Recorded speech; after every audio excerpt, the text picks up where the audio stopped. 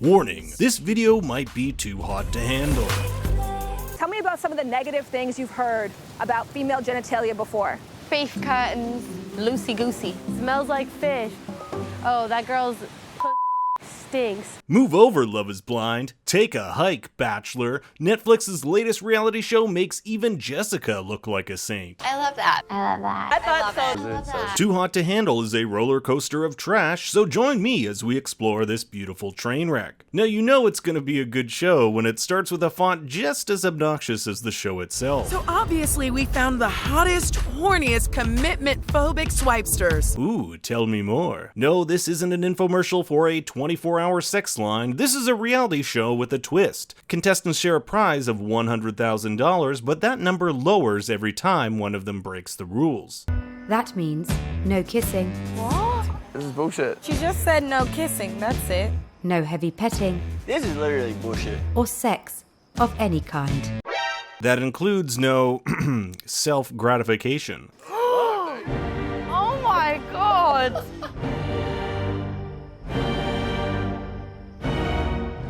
Should have knocked one out yesterday. But enough about the rules, let's meet the host and our contestants. Here's Lana, an anagram for anal because she's a pain in the ass. She's from a factory in China because the show couldn't afford an actual host. Her job is basically to watch the contestants and keep an eye on them in case they engage in any sexual activity. So basically she's my creepy uncle. On to the contestants. Meet Chloe from Essex. I'm quite ditzy as well, so you've just got to be really patient with me because I'm not the brightest spark in the book. You don't say. I also want to point out here that the show doesn't bother telling us what the contestants do for a living. It doesn't matter. Next is Sharon, the show's Kevin Hart. Seriously, look how short he is. I'm a feminist, yes. I study women and gender studies at college. You know, that's pretty refreshing to see a man interested in women's issues. Trying to get the blueprint to how to pick up women. Oh, this. I just actually signed up for Christian Mingle. What I'm most proud of is my penis. I have this picture, and it's measured next to an air freshener can. Next is Haley, a sorority girl who doesn't even know the language of her own tattoo. What language is that? I don't know. Are we that stupid? Meet David from the UK and Harry from Australia. David is the quintessential British gentleman and does what any British gentleman would do upon arriving and immediately lathers the girls in sunscreen. Harry, on the other hand, tells us about his favorite pastime, DMing Instagram celebrities. So I've hit everyone famous. I've DM'd like Kourtney Kardashian, Kendall. I hit her with the hello my little butter chicken. Can you believe the butter chicken line never works? Next up is Francesca. Usually if a guy's hot and I want him, it's just like, do a little hair flip, just like make eye contact, and then it's game over. As you can tell, she doesn't care about her looks at all. In steps Matthew, wearing a dress and a beanie in 30-degree weather. Is it like a religious thing or is... He'll come to affectionately be known as Jesus. And we have Jesus. Next are Nicole and Rhonda. My ideal type of guy, they need to have a job. The bar is high, gentlemen. And how about Nicole? The lads that I've been dating, within like 3 dates, they tell me that they're like falling for me, and then I'm like, ew, no. Then I just give them the sniff. Snip, snap, snip, snap, snip, snap. And our final contestant, hailing all the way from the UK, Kells. I don't really do relationships. Getting girls for me has never really been a problem. You know, he's like the guy you want to bring home to mom. Well, as our contestants get to know each other, it's only a matter of hours before the real game begins. The guests are ushered into the palapa where Lana explains the rules and the purpose of the game. The purpose of this retreat is to help you gain deeper emotional connections in your personal relationships. And just look at Harry's reaction here. He looks like he's gonna die. With the game officially begun and a new day dawning, Lana decides to throw some curveballs to encourage the guests to form deeper connections. These include dates, workshops, and grenades. Ronnie's at the club, hooking up with grenades. No, not those grenades. As the show progresses, new contestants will be brought in to blow things up and test their commitment to the game and each other. But we'll get into that in a bit. Finally, we have the ultimate test, the private suite, where couples who show growth can spend the night in the ultimate test of chastity. Well, it didn't take long for our first rule break. Harry and Francesca lasted a measly few hours and kiss, and Harry, being the absolute gentleman, says, We've already f***ed up. We may as well just do the whole lot. Sound logic, but it's when Harry tells the boys about what he did that things start to get a little messy. I was vulnerable, okay? I'm vulnerable. You just cost me 3 holidays, 3 nights in the resort. She kissed me. She kissed me. Let's rewind the footage.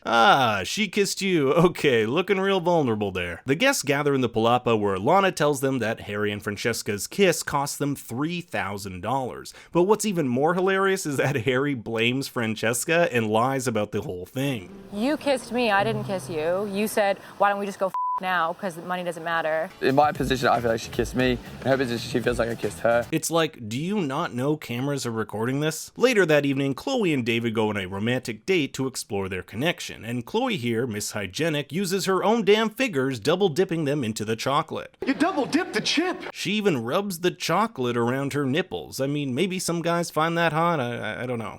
Are you a one-night stand type of guy?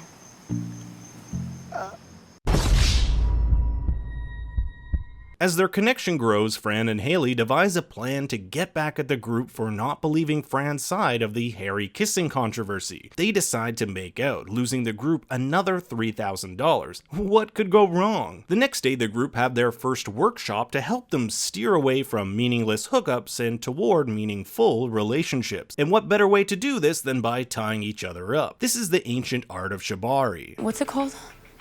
Shibology? Sharon here seems to have the right idea. Producers pair up Harry and Francesca, who currently hate each other, but it isn't long before they patch things up. The group is then brought together and told of the latest rule break. A couple has kissed and cost the group $3,000. And for the time being, it looks like Haley and Fran's plan seems to work, but it's Michael who's onto them. The most manipulative person in the house is hanging out with the most mindless human on earth.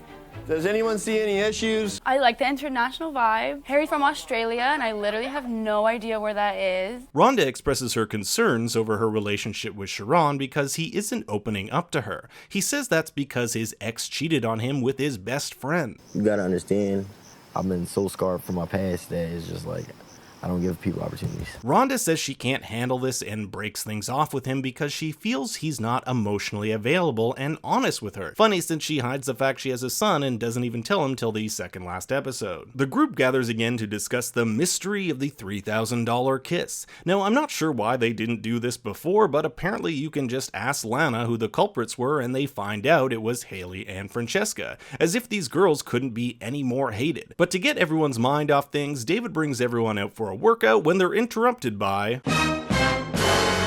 Meet Bryce. He lives on a houseboat. The last time I had sex was at the hotel last night. I probably have sex every day. I'll wake up with whoever she is, and I'll just think, man, I can't wait to go out tonight and meet a different girl. Let's see if his charm can woo these ladies. The next day, the contestants get these wristbands which can light up green, giving them a free pass to break the rules. The catch? Only when Lana believes they're making progress in their relationships will it change colors. That night, the guests welcome Bryce by throwing him a party, and he serenades everyone with his mad piano skills. I feel like I'm stuck, can't get out.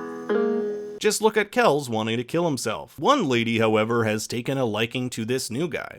He's so cute. Like, you just want to eat him. And they soon hit things off. Is blue balls a real thing? We'll find out.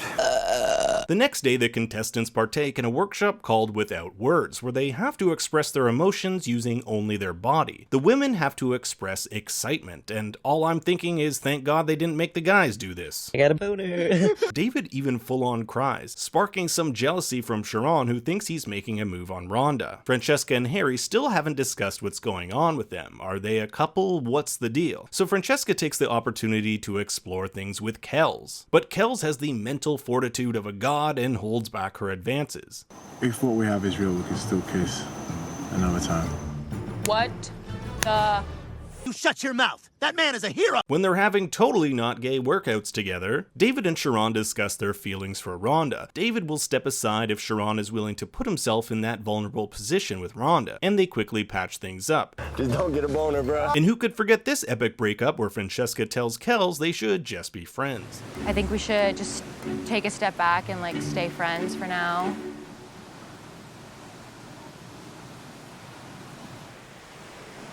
Cool. With Sharon having the green light from David, he and Rhonda go on a romantic date and get the green light. We might have lost $1. As long as I got you, I'm rich.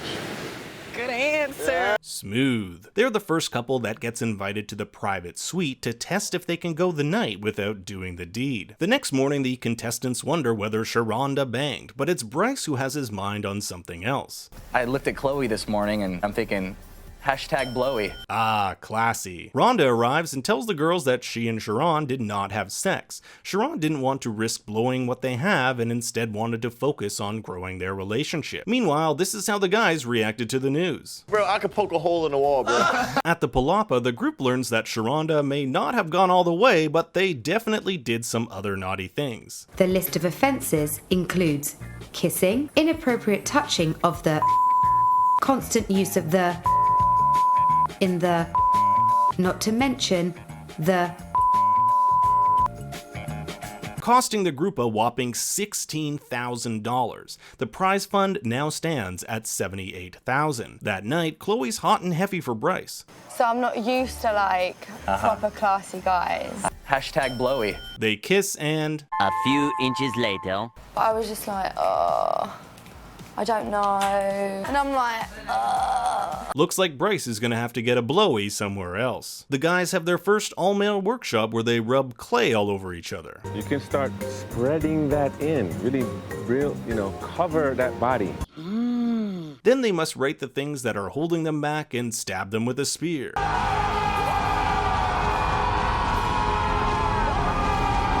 And after this great bonding experience where the men have really dug deep into their emotions, we get a great slow motion beach shot where we can objectify them. Fran and Harry patch things up and become sexclusive. He even says he doesn't want to break the rules with her, and just check out her face when he says it. I don't want to break the rules. Lana also kicks out Haley from the show for not growing enough through this journey. I mean, can you blame Lana? I don't think I'm learning anything other than that everyone in this house is an idiot, and I don't think Lana's process is doing anything for any of them either because they're all stupid. With Haley gone, the show gets its biggest shakeup with the arrival of 3 new contestants. We have Lydia from the UK. I love sex. It makes me feel good, and I don't think anyone should be ashamed to say that. Corey from the UK. I ain't come all this way to follow the rules. What are we gonna do, read the newspaper? Honestly, I don't even think he can read. And then there's Madison, who gets less screen time than Lana this entire season. Francesca is quite welcoming of the newcomers, feeling quite confident with her relationship with Harry. Hi, nice to meet you. By the way, don't f***ing try because I'll kill you. And Chloe, fresh off her disastrous kiss with Bryce, hits things off with Corey. That night, Francesca and Harry get invited to the private suite. But can Harry keep it in his pants? We're saving ourselves for Christ. Is there a bath? Let's just say the private suite wasn't that private, and the guests learn the penalty for Francesca and Harry's escapades is a whopping 20 grand. Francesca is priceless to me, so $20,000 doesn't mean shit. That might actually be the sweetest thing he's said all season. Michael also decides to leave. Just like Jesus, he hasn't found that romantic connection. Nicole decides to wear a garbage bag for some reason, and Chloe and Corey finally make out. Lana later asks Corey who he would like to ask on a date, and totally blindsides Chloe by choosing Francesca, who is already in a committed relationship. To make matters more complicated, Francesca agrees to the date. Harry doesn't think she'll do anything, but this is the girl who a few days ago tried to bang Kells and made out with Haley just to screw the group over. You're such a troublemaker. You're such a troublemaker. But we can all breathe a sigh of relief because Francesca stops Corey's advances. As much as the temptation is like so real for you, I can't like jeopardize what I have with him. The girls also get their own workshop called Yoni Puji, which is basically a vagina exam to strengthen yourself and create a bond of sisterhood with the other women. Meanwhile, this is what the guys are doing. New girls all around me, but I'm still feeling lonely. Are you guys ready to start looking? The girls are instructed to paint representations of their vaginas. Talk about worst nudes ever. Hey, I'm just thankful they didn't make the guys do this. Invigorated with the power of her yoni, that means vagina, Chloe tells Corey off for leading her on and choosing Francesca to go on a date with instead of her. Really, really hope you start respecting girls more and get the balls to openly tell them how you feel. All right, well, on board this conversation. I'll speak to you in a bit. Damn, he just like straight up walks away. And later that night, Francesca gives Harry a good ol' blowy, which is another $6K deducted from the prize total, bringing the grand prize down to $43,000. With things coming to an end, Lana will soon choose a winner and decide how to divvy up the prize money, but not before some last-minute dates. Sharon and Rhonda have commandeered a boat somehow, and Sharon asks Rhonda to be his girlfriend. The guests hold a final party and are told by Lana that Harry and Francesca, the two contestants who have lost the most money from the pot, have an opportunity to make it back. If they can last the night in the private suite without touching each other, Lana will restore the money they lost back into the pot. Kells isn't too confident in them. I might as well just file bankruptcy now, yeah? But it's Francesca who asks the real important questions. How much do you think anal is? In the private suite, Harry immediately cuffs himself to the chair, and it doesn't look like they're gonna make it. Your titty's out. Francesca, stop it! Freestyle, 100-meter sprint.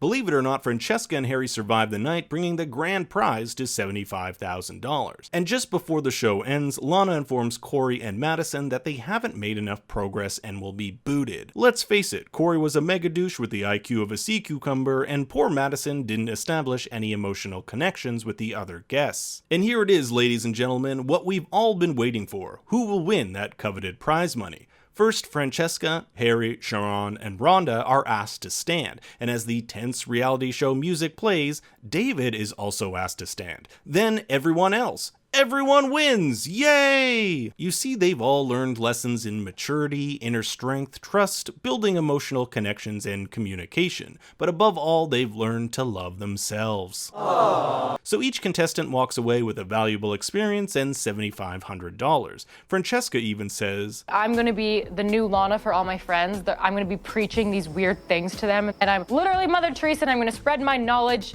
to the world. And judging by her Instagram, she makes one hot Mother Teresa. Thanks for watching, everyone. If you like this video, make sure to like and subscribe, and check out my playlist of other god-awful shows. I'd also love to hear what you thought of the season. You can also follow me on Twitter @ThinkStoryYT. Until next time, remember, Daddy loves you very much.